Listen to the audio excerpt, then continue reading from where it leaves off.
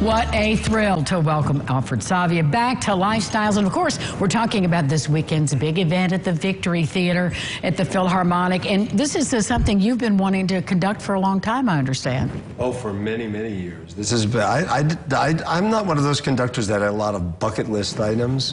I sort of, say, what does the community need? What does the orchestra need? But this has been on my bucket list since I first played it in the orchestra pit.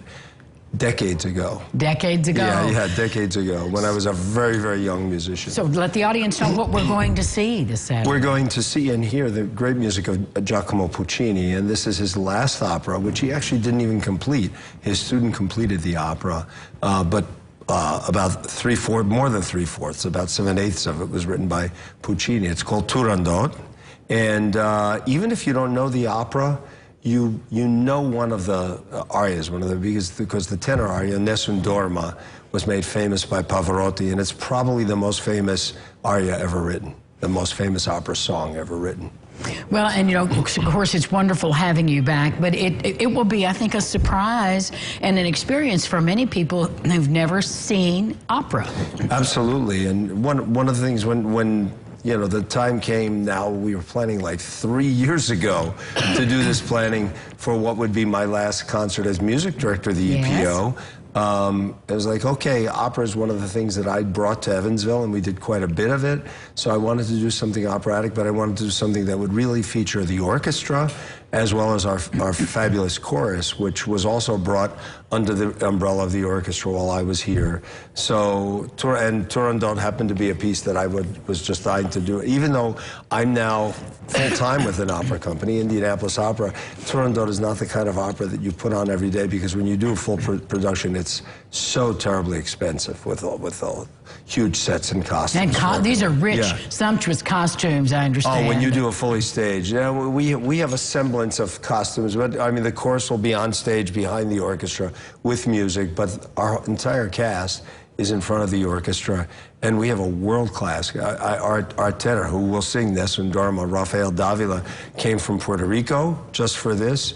He was here a few years back when we did the Verdi Requiem. Ottilie Graham is our Turandot. She is Canadian by birth. She's sung this role all over the world. And Eleni Kalenos is our Greek soprano, who this is actually her first time outside of Greece since the pandemic began, outside of Greece since the pandemic began. It changed our world in every single way. Well, this was supposed to have been done back in April of 2020. So thankfully, the Philharmonic stuck by this. We had a lot of sponsorship in place, and that was all just sort of preserved, and we're doing it now. This Saturday, what time does the show begin? 7 o'clock at the Victory Theater. 7 o'clock at the Victory Theater. Lots of moving parts in this show. Yeah. And so we've got a few seconds left. What's the setup? Tell the story, because it's a little bloody. Oh, yeah. Well, it's set in ancient China, and Turandot is this great, empress, and people want to marry her, she has all these suitors, which are a prince of Persia and all that, and she said, you have to solve 3 riddles. And if you solve the 3 riddles, you have my hand.